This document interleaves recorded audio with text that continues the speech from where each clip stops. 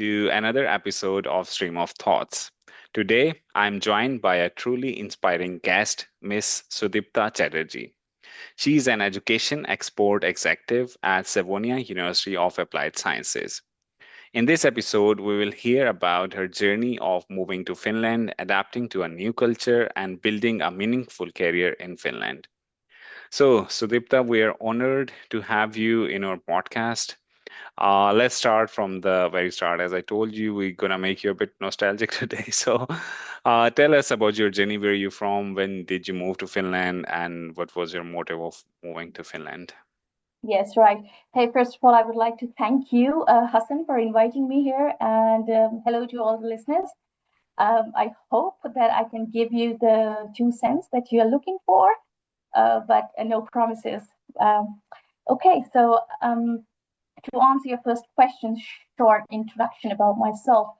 Of course, as we move forward, you will be knowing more about me, myself. I'm Sudipta. I am originally from India, and I have been living in Finland for about 17 years now. I have a 12-year-old son, and I enjoy ice dipping, what is also known as avanto, and I enjoy hiking in the Finnish nature, other than my other hobbies. I work in the field of international education and sales, and I currently manage education export for the Indian market at Savonia University of Applied Sciences in Kuopio. My focus is on bridging education and industry through project-based learnings and international collaboration, especially between Finland and India. Yeah, so this is shortly about myself, and I would be happy to answer more questions, Hassan, if you have Yeah, any. yeah, interesting. So, 17 years, long time. Yes. How Finland has been for you? What was your first impression when you arrived in Finland? Well, it was 2008 when I moved to Finland, and my first impression was, of course, it's a beautiful country uh, because there are so less people. So maybe that was the reason why it's so beautiful because there are not many people to mess it up. Yeah. Yes, so that was my very first, like, where are the people? Mm. Um, yes, and it was October when I came, so it was very cold for me, someone coming from India, Kolkata. So it was cold, yes, Yeah. and dark, a bit gloomy, yes. Yeah, I understand. I'm also from Pakistan, and my wife also came in winter time. So I Yes. don't know, most of the people that are coming from other countries, they usually come in winter time when Finland is not at its best. It's gloomy and dark. But Yes. anyways, moving forward, so what was, did you come for educational purposes? Did you start your study at, and where did you get your study from, and how was Yes. your university experience? Yes. So, like many others, of course, I came here initially for studies, and I ended up staying because, of course, I fall in love with a Finnish man, but also I saw a lot of potential, not just for career growth, but for quality of life and personal development. So, of course, over the years, I've studied, worked, volunteered, and built a strong network here. But initially, that was the uh, my one and only, I would say, the feeling that it's so safe here, it's so welcoming here. Back then, I did not know how big role language play, but that was the initial reason I moved because of studies. I completed my study, bachelor's at Savonia University of Applied Sciences. I did my BBA there, and after graduating from Savonia in, was it 2013? I don't even remember, but anyways, yeah, it was 2013, I guess.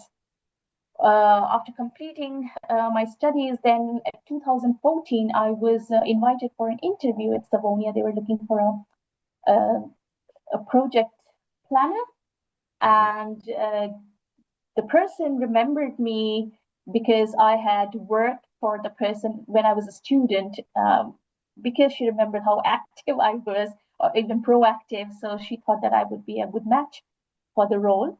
Mm. So I did my uh, half-year project planners work there, and then I went on doing my masters in the University of Applied in the University of Eastern Finland. Okay. I did my masters there. Simultaneously, I was also working in a pharma company. So So yeah, that was that's really inspiring, but I would like to break it down into bits so to understand more how to like for new people who want to get a job in Finland. So you yes, mentioned that you were active in student life. yes. And nowadays, do you think the university environment has changed for students? Or do you think it's still the same if you are visible to the administrative personnel, you might be able to get more job, or is it about networking, or what should a student do while being Mm. in university?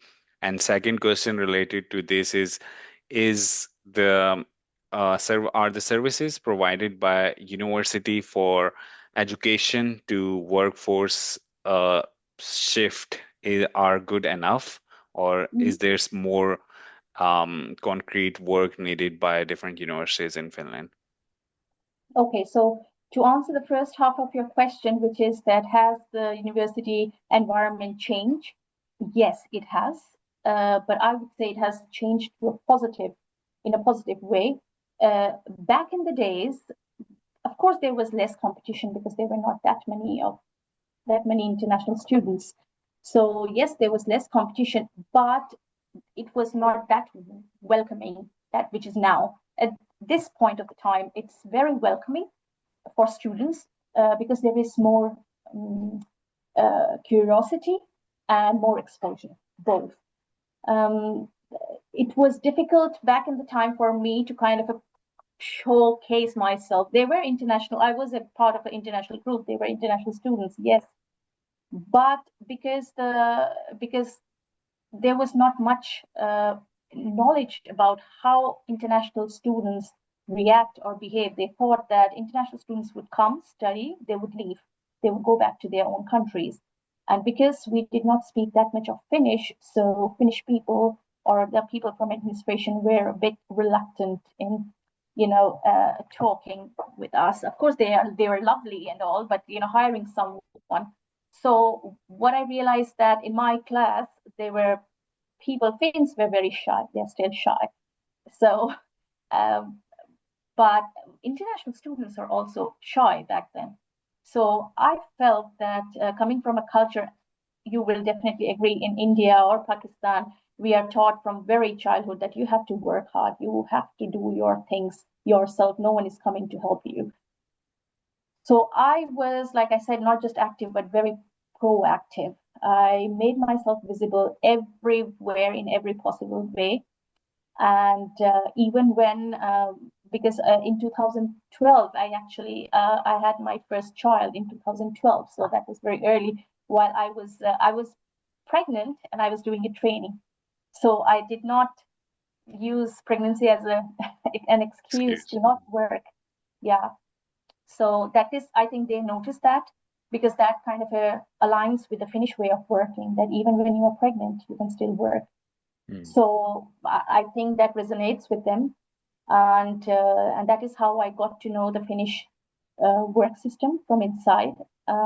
It was, of course, very small. It was like 500 euros per month, or was it 300 euros? So it was nothing basically, but I did it anyway. Got to learn so much, got to make network, which is again very important, networking. Um, and yeah, and that is how people came to know me there at Savonia, and they remembered me. So being vocal about what you want to do, how you want to do, proactive, keep networking, and that is how you get noticed by people. Mm. Yeah, What do you think is the I won't say a problem, but the most hurdle. common issue in international students? Are they shy? Are they not active? Are they just focusing on like studies, not active in extracurricular activities?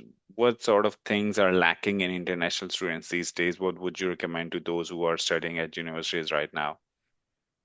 Um, See, because I'm not anymore a student, so I Hmm. don't really know what kind of international students are coming to Finland these days. I don't think the international students are shy or they are not doing enough. No, I'm sure they are doing enough. But when I talk with them, what I have noticed, like what I notice is that they say that they miss their country, which is absolutely okay. I miss my country as well. But there is a difference between missing your country and missing being in your country. So if I say that, oh, I miss being in India, that is different than I miss India. Because if I miss being in India, I could never find my place in Finland. You have to stop missing yourself being there. When you stop doing that, then here you start to think that, okay, what I could do to stay here forever. And that Hmm. kind of changes. Okay, language, I have to learn the language. I have to um, you know go meet people outside of my comfort zone, not just my countrymen, but also outside, be it person from Japan or Spain, not just Finns. I would not say only Finns, because you never know who you network, because that is how I got my job. So, of course, the person who offered me the job knew that I was once helping an Afghan family. So there was a family from Afghanistan, and they had three daughters who wanted to study in Savonia, but they did not speak Finnish, neither they spoke English, and but somehow they understood Hindi, and or I don't know if it was Urdu, because they have watched so many Indian movies. So somehow they know how they knew Hindi, and I was able to help them out with my Hindi skills. So I would not say that you should construct or confine yourself within just Finns or you know Western people, but I would say anyone. You should go and meet them, and I'm sure our international students are doing that, but somehow there is this, they also expect that, oh, come on, if I have studied masters in my country, why should I start from the scratch? Um, I think you have to start from a scratch, from level zero, ground zero, from somewhere, no, irrespective of whether you have been a doctor in your country or a manager in your country. So sometimes I feel that's the problem, Hmm. that, oh, I was there doing this. So, like, they miss being in their country, what they were. So that they have to they have to make the shift, Hmm. thought process change there. Amazing, amazing. Yes. Um, all I mean, of course, it's two-way traffic. I understand what I understand. I mean, student needs to do things, make themselves visible, make connections. I'll come to the networking part later. Mm-hmm. But there's also responsibility on university's behalf. Mm-hmm. Universities that are one of my person who I interviewed, they said that they feel like university is like a bubble. When they come to university, they get education, everyone is speaking English, the Mm-hmm. environment is English, they're feeling Mm-hmm. happy, it's like a small dream place for them. But as soon as the bubble is burst and their studies over, they are switching to the job market. They face the real Finland. They don't know Mm-hmm. the language. People are different. There's no help from university anymore, or there's no substantial efforts by university to help their alumni to settle in the job market. So, what do Mm-hmm. you think? Is there enough help being done from different universities in Finland, or is there more substantial effort needed by Finnish universities? See, I came here like 17 years ago. So 17 years ago, there were not this kind of a platform that would advocate for international students or talents. There were none. Now Mm, we have Talent Hub. We even have government agencies opening up platforms for the international talents, uh, and they are talking openly that we need international people. 17 years ago, there was like it was non-existent mm, existing. So in that front, yes, A lot has happened, and I could only see that it's getting better and better. But also the problem is now Finland is so popular, uh, there is more competition. 17 years ago, I was the only Indian in Savonia, mm, or like, maybe let's say 15 years ago when I started. But now there are more, like, I'm not the only Indian. There are like from people from other parts of Asia as well. So the competition is getting, you know, I don't know if the worst is it getting worse or better, but there is a lot of competition. And that is the problem. People are doing a lot. Of course, they should do more. Universities are doing good work. They are hiring also people from international backgrounds. They're offering jobs. I see at Savonia, there are many international people working. I see at the University of Eastern Finland, many international people are working. So I would not say that nothing is happening. They are not doing uh, enough. They are, but at the moment, the situation of Finland's job market is such that many Finns are also unemployed. Um, Having said that, yes, uh, there could be things that they could do more. Also, students, like when you said that when they come here, they are speaking in English and everything is they are living in a bubble, and the bubble get burst when they come out. But when you are in the university, you should already familiarize yourself with the Finnish work culture. We talk so much about how important Finnish language is. You know it already. So I don't understand how come when you come out of the university, you are faced with this reality, which is already existing. It's not a news that you need to learn Finnish language. It's not a news that networking is important. You have to know people to get into the system. So why not when you are studying, you are a student, why not already start preparing yourself? Attend events, talk in LinkedIn about yourself, go help, people, do volunteer work. This is how you get to know a lot already. Um, but yeah, it is getting better.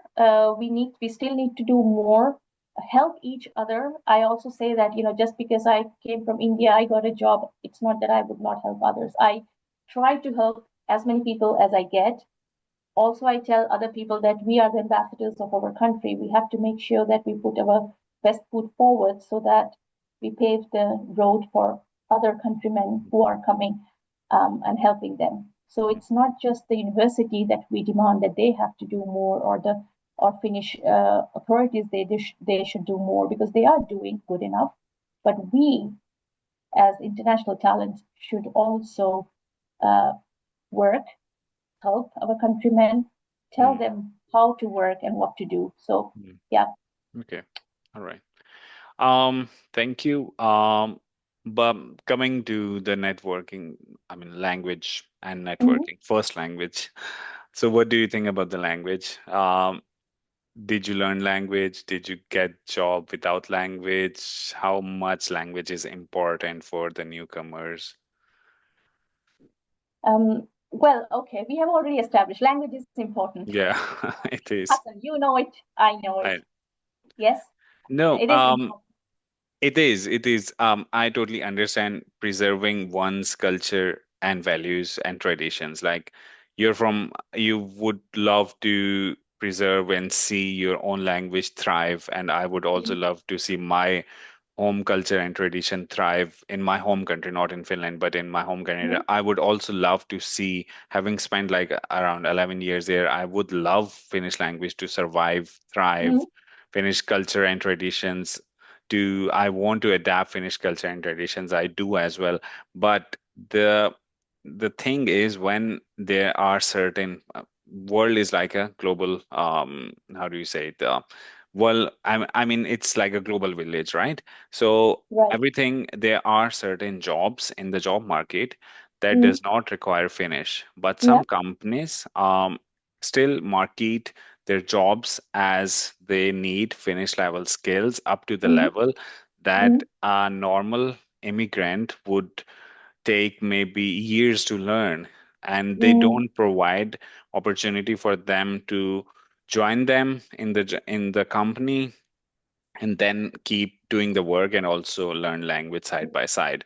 So mm, that's what my um, issue is, or I want to highlight. What do you think about this? It was a later question, but language as English as a workforce language in Finland. yeah. Yeah, so if I remember right, your question was that whether Finland can accommodate English as working language or not. Yeah, Yes, right? right, Yes. right. Yes, I think especially in international companies, universities, startups, and techs, yes. English is already widely used in academia, as you know, and IT, and many companies are shifting to more language inclusive policies. However, in public sector's job and traditional industries, Finnish is still a must. We all know. Um, Having said that, yes, there is a room for growth. I, of course, there are some companies we can't change their policies if they require Finnish language skills. They do. There is nothing that we can do about it. Maybe because I have worked in Finnish companies. I have worked in companies where I am the only international person. So, what happens is that when you go to a coffee room and when they talk in Finnish, you would like to, participate in the conversation, contribute somehow. It is, I think it's not fair for us to ask them, like 100 of people, to speak English rather than one person, me, trying to learn Finnish language. And I always say you don't have to learn the Finnish language for others, you do it for yourself. So even though I managed well by just speaking English in my initial days when I did not know how to speak Finnish, I was sitting in meetings and I understood nothing. I think now I'm in a safe space to say it out loud. I literally understood nothing. But then I kind of realized that, it's my bad if I don't understand the language. So I start working more on it. But of course, there was a bit of luck because I had network. I made myself visible, so that's why I got my job. I did not get my job because I spoke Finnish. No, I got my job because I was active. Someone noticed me. They thought that I would be able to do this job even without knowing the language. And that is where exactly I say the international students go out and make yourself your presence felt, because Finnish language is just it's just a formality, but eventually Finns, they speak brilliant English, they understand, they speak, but uh, to kind of adjust to find yourself within the Finnish system, you need to learn a bit Finnish, and they want to make sure that the person who is coming into the system is able to enjoy the workplace, and that is why they require this minimum Finnish language skills. That's what I think. It's not about the international person, how talented or not talented he or she is, but so that, like, they want to help the international person to kind of accommodate themselves in the new environment. Mm, That's what I think. mm. Okay. What do you think about the hidden jobs in Finland? I remember hearing one of your presentation in which you told your journey of getting some Mm, hidden job or something, and you were highlighting how to do it. So please tell us something about that experience okay. of yours. Yeah, so there was actually, it was a hidden job in a sense. There was no job basically. They did not realize themselves that they needed someone for that role. So I had a company. Of course, I would not like to name, but so I was working in a company, and one of my ex-colleagues was working in that same company. And I wrote to her and I asked that, hey, do you have openings or jobs? And she said that no, we don't really have now, but if you are interested, you can always leave, send an email and I can, put a word forward. And I said, okay, great. So I was sales and marketing. I'm still in sales, but that time also I was focusing on marketing. So I sent an email to that person in the company and I said that, hey, of course I did my homework. I went through their website, found out how I can help them. Because, Hassan, this is also a sad truth, that nobody is really interested in what you can do or how talented you are, unless and until your talent is valuable for them. Your talent brings value to them. So uh, I went through their website, and when I put my CV, or wrote the cover letter, I tried to say that I could do this for you, and this would help you grow your audience in on LinkedIn, and then you would get this, exposure. So I tried to, pitch myself that they would gain. They are the ones who are gaining, and not me, even though I would get the job. I wrote them and I said them that, okay, can we just meet and talk? I just saw the website and I think there are some things I can do for you. So how about a meeting? Of course, I was not asking the job at first. And then because I had this network putting work for me, so I got at least the meeting time. And I went there and I told them what the website was lacking, how I can help them to strategize their marketing um, actions or sales and so on. And they said that, okay, that's good. Thank you, and we'll get back to you. So and I was like, okay. So a week passed, 2 weeks passed, nothing.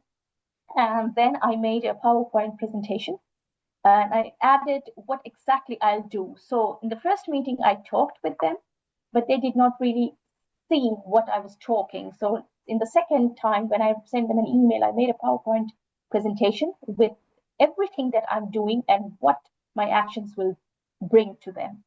It was 3-4 pages of PowerPoint, and I sent it to them. And I said that it would be nice to talk, and I would be happy to walk you through this what I have written. And then they said that, hey, yeah, we liked, and we were thinking that we can, have a person who would help us with the marketing. So yeah, you can come and we can sign the contract. So that is how it happened. So Okay, they did not amazing. really know that they needed a marketing person unless I showed them. And during all this interview, there was not even once a question, do I speak Finnish or not? The interview was in Finnish, but they could see that I spoke broken Finnish. And I told them that I speak Finnish, but I would be more comfortable talking English. And they were happy. And it's a small company. It was not even a big company. So language was not a barrier, but because I spoke that broken Finnish, it was easier for them to hire me. Hmm. Yeah. Okay, okay, interesting. Mm. What else do you think do you want to say anything about hidden jobs? Do they exist really? And one is your personal story that you told, and it does, I mean, if people want to apply to reach out to some companies for any hidden jobs or anything, what should Mm. they do? And also, how much networking plays a role in this? And what actually is networking? How do you define networking? Meeting people and saying, I need a job and blah, blah, or just going out for a coffee? Or because some people have said, don't Mm. think networking as, like asking for a job. Yeah. Just go out with a person, talk to them, and maybe it's a long-term thing. Like it may be Yes. fruitful for you after 5 years or 10 years. So how I Absolutely. would say something about that, please. Yes, it's absolutely. Whoever said that thing to you, I agree totally. Yes, networking is not just asking for a job. You never do that. I think if if the network is, or your contact is valuable, that contact will offer the job to you from front. So you don't even have to ask. Networking is like basically making yourself visible. You go out, you attend all the events, go out there, try to somehow put yourself forward, meet people. And when you are networking, when you are talking with people, instead of telling about yourself, you ask the person, what do you do? How do you how you work? What are the things you do and stuff like that? Because we all know we love to talk about ourselves and our achievements. Everyone, we love ourselves. And when there is someone who is listening to you, you really appreciate that. And when you have said about yourself, talked about yourself, of course you would want to ask about the other person as well. And when you ask, then when you get the chance to talk, then you have to align your information with the information you received from the speaker. So when you are listening to the person, you are not just listening for the sake of listening. You have to listen and also prepare your CV at the background that, okay, you kind of a shortlisting that, okay, this person is working here. Do I have any talent? Do I have any skills that I can help? And this, so you keep, shortlisting also. And when you get the chance to talk, then you say that, hey, you said that you are working in this former company where they don't have any marketing person, or I'm working in a marketing company, or I have this experience with marketing. Do you think that I can be of help any, so we can meet and talk more? Or is there someone in your company? Or if you don't want to, because not everyone is as open as I am. Let's say I'm very open and I'm very forward. So maybe they are not. So they take your time and then think, and maybe you write, say that, hey, can I connect with you on LinkedIn? And then maybe you write shortly and ask things like that. So I would say networking start when you start listening to the other person. You shortlist how you can help, what you can help, if you can help at all, because not all the networks are useful. Let's be honest. We meet some random people, they are not as useful as the person you met yesterday, but still they might be helpful. So, and every time when you have a chance, if someone asks that, hey, can you please come and help me here, or, talk here, give a speech here, even though it's for free, go do there, put your story forward, get the visibility. Yes, I would like to say. And also on LinkedIn, it's a great platform. Not just post your stories, but also comment on other people's stories. Follow the person, uh, have a company, follow that company, because also I see that with international students, they are like running everywhere. Whatever job, doesn't matter. I can do all the jobs. I did the same because there was no one to guide me. That, hey, Sudipta, this is not how you work. You you find what are your skills, what you are good at. You make a list of the companies those are entertaining those skills of yours. Go through those companies. Do you think you can do or provide your services to all those companies? I doubt. If you choose 3 or 4, then focus on those companies. And also improve your skill in the same. If you are in sales, improve your sales skills. If you're in marketing, improve your marketing. Learn everything about digital marketing, traditional marketing, everything. But not that you are marketing and then you are doing a bit of fashion designing, then you are doing a mechanical engineering. No, it's a mixed batch. So I think just, become instead of becoming learning everything, specialize. That is very important. Specializing. Yeah. Okay, amazing, amazing. Uh, do you think Finland, I mean, keeping in view the current market situation, do you think Finland is still a dream place for immigrants? Because it's a small country, Some Yes. another guest told me that it's a small country, not there might be international talent, but not everyone can get a job because I mean, Mm. small country, limited Mhm. resources. Some might have to move forward to another country after doing a Yes. degree. What do you think? What would you say about people who are coming to Finland for like living their Finnish Mm. dream? Do they So, is it still a dream place? is Finland still a dream place for Yeah. foreigners? I would say yes, Hmm. but with realistic expectations. We have to keep our expectations realistic. You see, Finland offers stability, safety, good work-life balance. You would agree, right? Yes, I do. Yeah. Yeah, and a strong social support system. Hmm. Countries where we come from, we know how it is. There is no work-life balance, Mhm. right?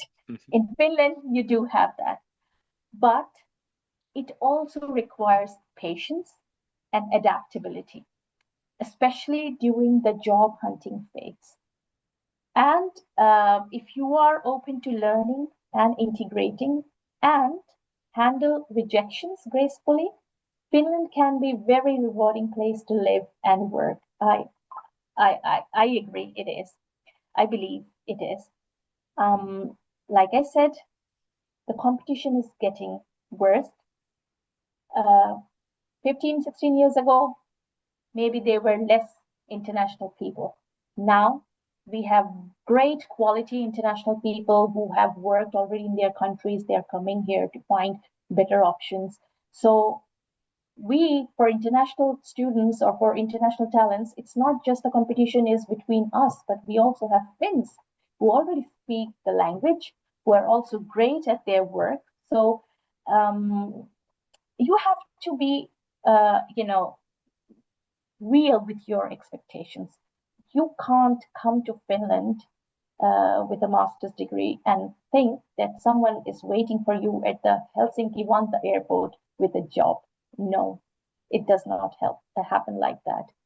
Um, Having said that, I know people who have come to Finland with their spouses, and while the spouse is studying, the other person has got the job in IT or in okay also in Bolt like food delivery, but I don't consider that as a real job. Of course it's a job, but if you are with a master's degree, I'm sure you want to do something more valuable and contributing. So there are these two extremes. Some people they get a job like that, and some people with good CV they're still waiting, or doing jobs which does not align with their qualification, which is sad. But I think Finland still is a dream place for foreign workers. Yeah. Okay. And I think it takes time and patience. And Yes. it's not like I think there's no pet formula that you do this, you do that, and you will get a job. I think No. like the things that we have discussed along this podcast, like Mhm. networking, language. So it's a mixture of different things that you have to put Yes. together. And also, as my previous one of my previous guests said, keep your sisu alive. So I think, Yeah, that's a very nice yeah, way to put it. yeah. Absolutely. Yeah. So my Yes. last question was any tips for people who are in Finland? You have already given very interesting and insightful things from your Mhm. life, but any last minute tips? Um, well, I think I would say just summarize what I've said. So first thing that don't isolate yourself, keep networking. Because also, the weather here gets dark and gloomy, so you feel lonely. So no, Hmm. go out, meet with people, not just uh, Finns, not just your own countrymen, but also Finns and other people. So networking, yes. Get some local experience. Even short volunteering gigs, internships, student projects can make a big difference. So go for it. Keep updating your skills, of course, with the Finnish language and digital tools. And also one tip, when you are applied, you have applied for a job. So either before applying, either a week before or a day or two, make some posts on LinkedIn. If you know that I'm going to apply for that job, start talking about that the content of that job, because people go and check you on LinkedIn. The HR will definitely go and check on your LinkedIn and might see what kind of things you are posting. So if you already know that job you are about to apply, start talking about it like uh, sometime. So they will see that, okay, this person is really interested in that, and you update your skills, not just write that, hey, I have got a certification in this. That's very boring. You have to somehow link it. What would you do when you get the certification? How you are valuable? What makes you a better person? A professional when you have received this certification. So add a reason, add some argument how this certification is going to help you and other companies that hire you. And of course, be visible. LinkedIn, job fairs, university events, even alumni groups can help. So attend those. And then finally, I would say don't hesitate to ask help, mentorships, guidance, even feedback from a rejected job interview. You can ask, well, it's a different story if you get it or not, the feedback, but you can still ask. Also, you can ask from the after the interview that, hey, is there anything else I can do to, improve myself, even though you know that, okay, this interview was not very good, but you can still ask. So, and ask help from people.